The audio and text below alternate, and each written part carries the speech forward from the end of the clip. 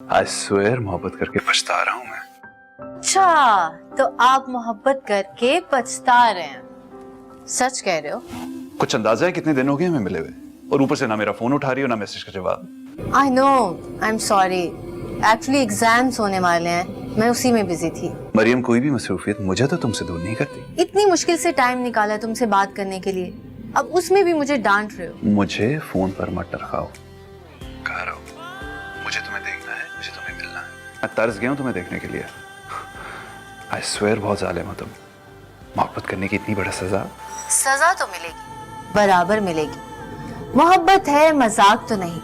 बड़े बड़ों ने कीमत चुकाई है। तो क्या चीज हो मिस्टर सुफियान? अच्छा, तो ये सजा मैं अकेले क्यों चुकाऊं? आखिर मोहब्बत मैंने अकेले तो नहीं की, कुछ और लोग भी तो शामिल हैं इस हसीन वारदात में।